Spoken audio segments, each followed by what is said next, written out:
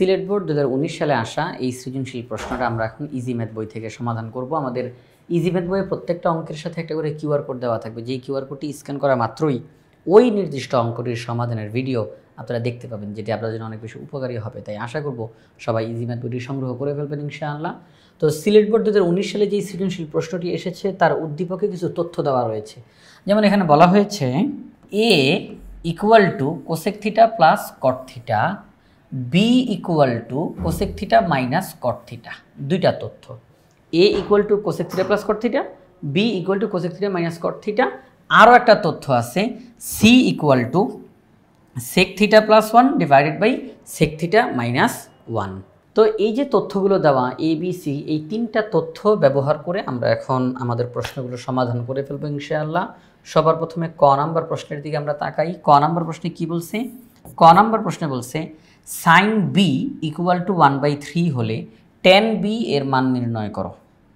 তো এখানের মধ্যে আবার আমরা কিন্তু এই বি বলতে এই বিকে বুঝবো না, কিন্তু এখানে মধ্যে বি হচ্ছে একটা কোণ, কারণ ত্রিকোণমিতিক অনুপাতের পাশে এই বি দেওয়া, তাহলে এই বিটা হচ্ছে একটা কোণ। সাইন বি, বি কোণের সাপেক্ষে সাইন এই ত্রিকোণমিতিক অনুপাতের মান, সাইন বি ইকুয়াল টু 1/3 হলে টেন বি এর মান নির্ণয় করো। তাহলে আমরা টেন বি, আমরা অঙ্কটা কিন্তু দুই রকমভাবে করা যায়। একটা হচ্ছে আপনি একটা ত্রিভুজ আঁকলেন, আনুমানিক একটা ত্রিভুজ একে, সাইন দ্বারা যা বোঝায় সেটা হচ্ছে লম্ব বাই অতিভুজ। তাহলে এটা লম্ব, এটা অতিভুজ, হ্যাঁ, এটা লম্ব, এটা অতিভুজ। এরপর আপনার কি করব, পিথাগোরাসের উপপাদ্য ব্যবহার করে আমরা ভূমির মানটা বের করে ফেলবো। তাহলে আমরা লম্ব জানি, অতিভুজ জানি, আমরা ভূমির মানটা বের করে ফেলবো। তখন আমরা টেন বি এর মান বের করতে পারি। এটা এক সিস্টেম।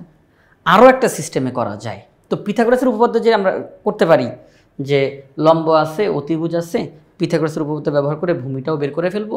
তাহলে ত্রিভুজের সব বাহুর মান আমরা জানি, এবার আমরা টেনের মান বের করতে পারবো, লম্ব বাই ভূমি বার করতে পারবো। তাহলে এই সিস্টেমটা আমরা মোটামুটি সবাই আলহামদুলিল্লাহ জানা আছে। আরেকটা সিস্টেমে আমরা করতে পারি, আজকে আমরা অন্য আরেকটা সিস্টেমে শিখবো। এইমাত্র যে সিস্টেমটা বললাম এটা গতানুগতিকভাবে আমরা সবাই মোটামুটি পারি। আরও একটা যে সিস্টেম আছে সেটা আমরা এখন শিখে যাবো ইনশাআল্লাহ, কোনো সমস্যা নাই। সাইন বি ইকুয়াল টু 1/3 হলে টেন বি এর মান নির্ণয় করো। আমরা ক নাম্বার প্রশ্নের সমাধানে চলে আসলাম। Sine B equal to 1/3। আচ্ছা, এটা ওকে, এটা প্রশ্নে দেওয়া, এই তথ্যটা আমি লিখলাম। টেন, আচ্ছা টেনের মান যখন আমরা বের করতে যাই, টেন বি মানে কি? Sine B by cos B. Tan B মানে কি? Sine B by cos B.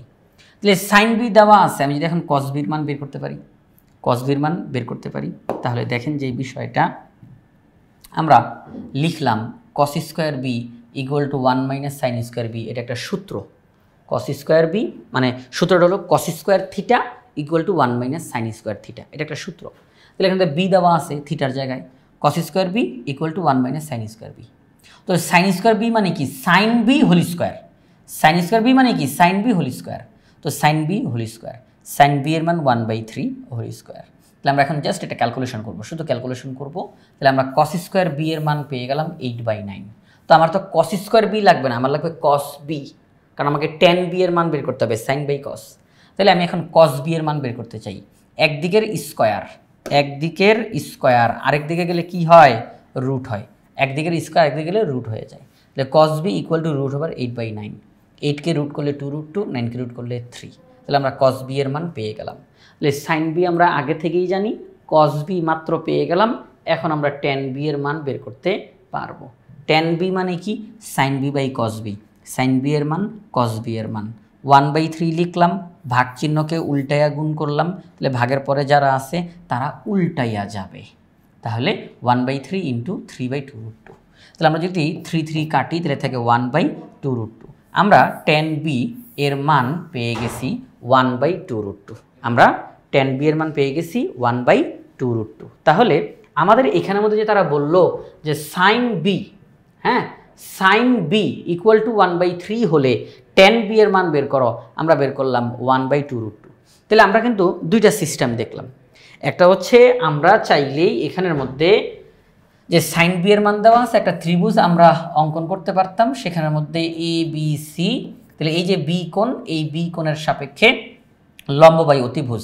তাহলে লম্বর মান 1, আর অতিভুজের মান 3, আমরা ভূমির মান বের করে ফেলতে পারতাম, তখন আমরা tan b এর মান করতে পারতাম। আর এটা যদি আমরা সবাই জানি, এই জন্য আমরা এখন নতুন আরেকটা পদ্ধতি শিখে ফেললাম যে হ্যাঁ আমাদের তাহলে দুটা পদ্ধতি জানা থাকলো, তাই না? আমাদের সবার তাহলে জানা থাকলো আলহামদুলিল্লাহ। তাহলে আমরা tan b এর মান বের করে ফেলছি 1/2√2। আশা করি সবাই ক্লিয়ার। এবার আমরা যাব খ নাম্বার প্রশ্নে। খ নাম্বার প্রশ্নে কি বলছে? খ নাম্বার প্রশ্নে বলছে প্রমাণ করো যে a square equal to c। প্রমাণ করো যে a square equal to c।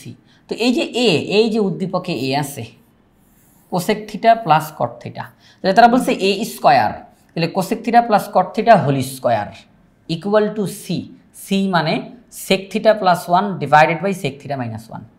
তাহলে আমি যখন এই a স্কয়ার অর্থাৎ cosec theta plus cot theta whole square এটা দিয়ে আমি অঙ্ক আরম্ভ করব, অঙ্কটা ধারাবাহিকভাবে করতে থাকবো, সামনে আগাইতে থাকবো, ক্যালকুলেশন করব, এক পর্যায়ে রেজাল্ট হিসাবে আমরা sec theta plus 1 divided by sec theta minus 1 পেয়ে যাব। আর ঠিক পরের লাইনে গিয়ে বলবো এটা হচ্ছে সি। তাহলে আমাদের অঙ্কটা হয়ে যাবে। তাহলে চলেন আমরা এখন খ নম্বর অঙ্কটা সমাধান করব। প্রথমেই উদ্দীপকের তথ্যগুলো লিখে নিব আমরা, যে এ বলতে কি বোঝায়, সি বলতে কি বোঝায় আমরা লিখে ফেলছি। এবার আমাদের প্রশ্নের বাম পক্ষ, যেহেতু এটা একটা প্রমাণ করার অঙ্ক, তাহলে বাম পক্ষ ডান পক্ষ দিয়ে আমরা কথা বলবো। তাহলে আমরা বাম পক্ষটা লিখলাম a স্কয়ার। তো a মানে cosec theta plus cot theta square আছে, ব্র্যাকেট দিয়ে স্কয়ার দিলাম। কোসেক থিটাকে ভাঙা যায় 1/sin, কট থিটাকে ভাঙা যায় cos/sin। আমরা এখন হরগুলোর লসাগু করতে পারি sin থিটা, তাহলে উপরে বসবে 1 + cos থিটা। তো এখন একটা ব্র্যাকেটের উপরে স্কয়ার থাকা মানে কি, স্কয়ারটা লবের উপরও আছে, হরের উপরেও আছে, তাই না? একটা ব্র্যাকেটের উপরে স্কয়ার থাকা মানে কি, এই স্কয়ারটা লবের উপরেও আছে, হরের উপরেও আছে। তাহলে আমরা স্কয়ারটাকে ভেঙে ভেঙে লবেও দিলাম, হরেও দিলাম, একটু ভেঙে ভেঙে দিলাম। 1 + cos theta whole square sin square theta, লবেও দিলাম, হরেও দিলাম। তো 1 + cos থিটা হোল স্কয়ার মানেই কিন্তু এই ব্র্যাকেটটা দুইবার গুণাকারে। কোনো কিছুর উপরে স্কয়ার থাকে মানে ওই জিনিসটা দুইবার গুণাকারে, কোনো কিছুর উপরে স্কয়ার থাকে মানে ওই জিনিসটা দুইবার গুণাকারে থাকে। তাহলে 1 + cos থিটা হোল স্কয়ার, তাহলে আমরা বলতে পারি যে 1 + cos থিটা দুইবার গুণাকারে থাকবে। 1 + cos থিটা গুণ আবার 1 + cos থিটা, হ্যাঁ 1 + cos থিটাটা দুইবার গুণাকারে থাকবে। নিচে sin স্কয়ার থিটা, এটার পরিবর্তে আমরা সূত্র লিখতে পারি 1 - cos স্কয়ার থিটা। তো এখন দেখেন 1 - cos স্কয়ার থিটা, আমরা কি 1 এর উপর একটা স্কয়ার ভাবতে পারি না? কারণ 1 এর উপর যদি স্কয়ার ভাবি 1 তো 1ই থাকবে, 1 স্কয়ার মানে তো 1ই। তাহলে আমরা sin স্কয়ার থিটার পরিবর্তে লিখলাম 1 - cos স্কয়ার থিটা। 1 এর উপরে স্কয়ার কল্পনা করলে কোনো সমস্যা নাই। তাহলে মনে মনে 1 কে a বললাম, cos থিটাকে b বললাম, a স্কয়ার - b স্কয়ারের সূত্র অ্যাপ্লাই করা যাবে। a স্কয়ার - b স্কয়ার সূত্র অ্যাপ্লাই করতে পারবো আমরা? হ্যাঁ, সূত্র অ্যাপ্লাই করতে পারবো। a স্কয়ার - b স্কয়ারের সূত্র অ্যাপ্লাই করতে পারবো। তাহলে আমরা এখন সেই সূত্রটা অ্যাপ্লাই করে দিই, a + b a - b সূত্রটা আমরা অ্যাপ্লাই করে দিলাম। আর উপরে যে আমি ভেঙে লিখছি, ভেঙে লেখা নাই, আমি ভেঙে অলরেডি আপনাদেরকে দেখাই দিছি যে 1 + cos থিটা হোল স্কয়ারকে ভাঙলে আমরা একই জিনিসকে দুইবার গুণ করে লিখতে পারি। তো এখন তাহলে সেই ক্ষেত্রে আমি যদি এখানে একটু দেখাই আপনাদেরকে, আমি যদি এটাকে ভেঙে দেখাই 1 + cos থিটা 1 - cos থিটা, তাহলে সেই ক্ষেত্রে 1 + cos থিটা 1 + cos থিটা কাটাকাটি যাবে, 1 + cos theta by 1 - cos theta থাকবে, এই যে সেটা। তাহলে কাটাকাটি করার পরে এটা চলে আসলো, একদম সিম্পল। আচ্ছা, তাহলে আমরা এটা পেলাম কাটাকাটি করার পরে, উপরে 1 + cos থিটা, নিচে 1 - cos থিটা। এবার cos থিটাকে এই দেখেন অলরেডি আমরা আমাদের প্রমাণের পথে চলে আসছি, একদম কাছাকাছি চলে আসছি। সেটা হচ্ছে cos থিটাকে ভেঙে লেখা যায় 1/sec থিটা। আসছে, sec থিটার আগমন ঘটে গেছে অঙ্কের মধ্যে। কেন বলতেছি এই কথাটা? কারণ আমাদেরকে যেটা প্রমাণ করতে হবে ডান পক্ষতে c, আর c এর মধ্যে কিন্তু sec থিটা আছে। তাহলে এই sec থিটা আমার দরকার, তাহলে তার আগমন আমাদের অঙ্কের মধ্যে ঘটেছে। তাহলে সেই ক্ষেত্রে cos থিটার পরিবর্তে 1/sec থিটা আমরা লিখলাম। তো এখন 1 এর নিচে মনে মনে 1 আছে, আমরা কিন্তু এখন লিখতে পারি 1 আর sec থিটার লসাগু sec থিটা। তাহলে উপরেও হবে sec থিটা +1 আর নিচেও হবে sec থিটা, কারণ নিচেও একই কাজ sec থিটা -1। এবার আমরা যেই কাজটা করতে পারি, এই যে দেখেন এটা একটা ভাগ চিহ্ন না, এই ভাগের উপরের অংশটা আমরা এটা লিখলাম sec থিটা +1/sec থিটা এই ভাগটাকে যদি উল্টাই দিলে গুণ হবে, এবার নিচেরটাকে আমরা উল্টায়া যাবে। হ্যাঁ, যেহেতু একটা ভাগকে উল্টায়া গুণ করছি, তাহলে ভাগের পরে যে আছে সে উল্টায়া যাবে। তাহলে এই সেক থিটাটা উঠবে উপরে আর সেক থিটা -1 নিচে। তাহলে সেই ক্ষেত্রে সেক থিটা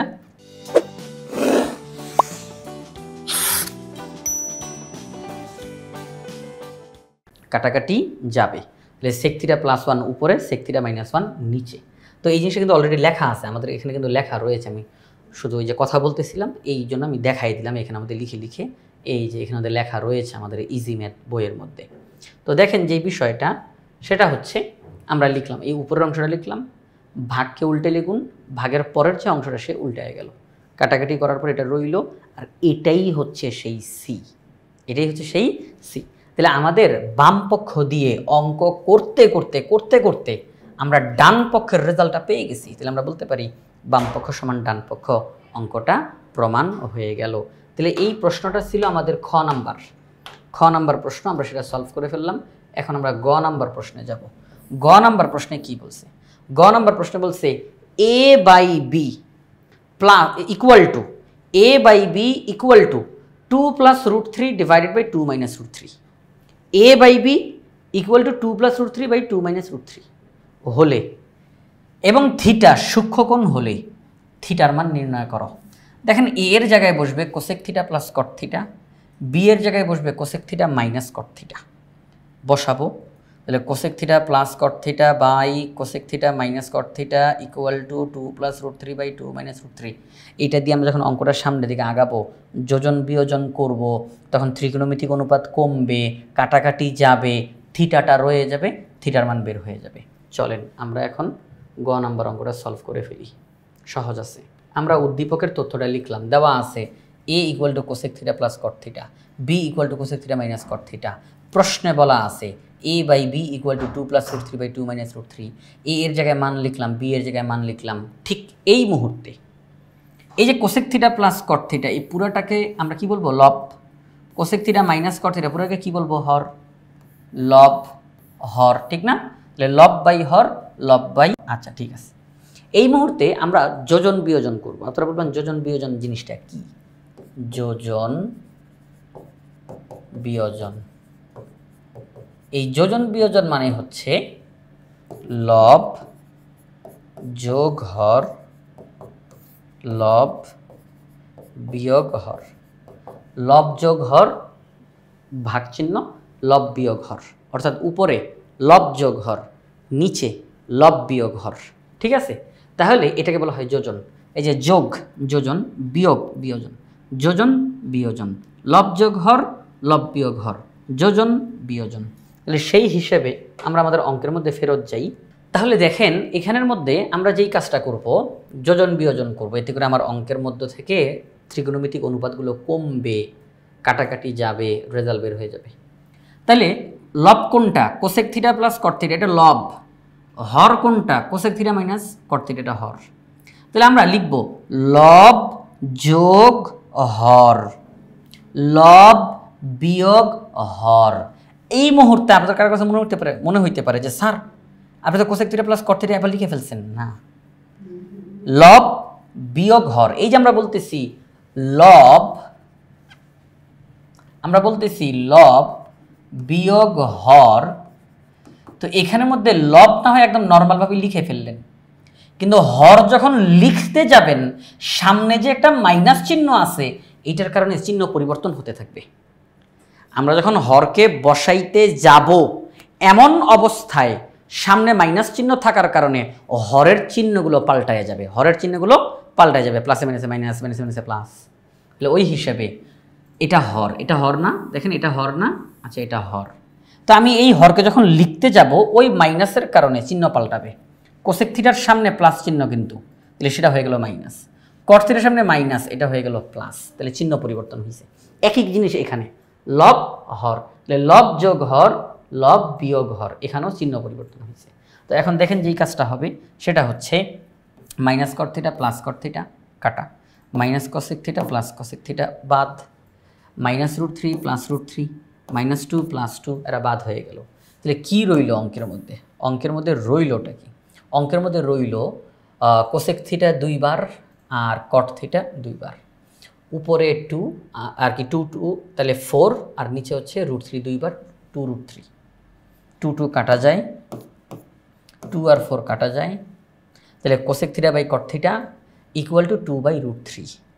তো এখন দেখেন আমরা যেই কাজটা করতে পারি, আমরা যে উপরে কোসেক থিটা পেয়েছি, এই যে কোসেক থিটা তার পরিবর্তে লেখা যায় 1/sin থিটা, কট থিটা তার পরিবর্তে লেখা যায় cos/sin থিটা। আমরা এই যে এটা ভাগ চিহ্ন, এই যে এটা ভাগ চিহ্ন, এই ভাগের উপরের যে অংশটা 1/sin থিটা তাকে লিখলাম, ভাগকে উল্টালে গুণ, তাহলে ভাগের পরে যাচ্ছে সে উল্টায় যাবে sin কাটা, তাহলে 1/cos থিটা ইকুয়াল টু 2/√3। এই যে 1/cos থিটা ইকুয়াল টু 2/√3 পাইলাম, আমরা কিন্তু জানি 1/cos থিটা মানে sec থিটা, 1/cos থিটা মানে sec থিটা, তাহলে sec থিটা ইকুয়াল টু 2/√3। একটা ত্রিকোণমিতিক অনুপাত হয়ে গেছে, এখন একটা ত্রিকোণমিতিক অনুপাত হয়ে গেছে, sec থিটা ইকুয়াল টু 2/√3। তো আমাকে তো থিটার মান বের করতে হবে, তাই না? আমাকে থিটার মান বের করতে হবে। তো এই পাশে যেহেতু সেক আছে, আমি এই পাশে সেক আনার চেষ্টা করব, দুই পাশ থেকে সেক বাদ থিটাটা রয়ে যাবে, অঙ্কটা কমপ্লিট। তো আমরা জানি সেক 30 ডিগ্রির মান 2/√3, সেক 30 ডিগ্রির মান 2/√3, উভয় দিক থেকে আমরা সেক বাদ দিয়ে দিলাম, তাহলে থিটার মান 30 ডিগ্রি।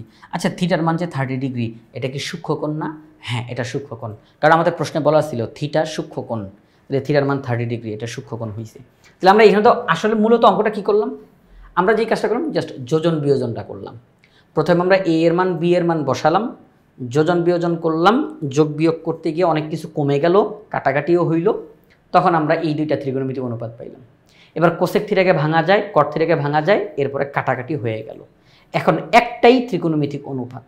তো আমরা দুই পাশে একই ত্রিকোণমিতিক অনুপাত রেখে তাকে বাদ দিয়ে দিলাম, তাহলে থিটার মান 30 ডিগ্রি বের হয়ে গেল।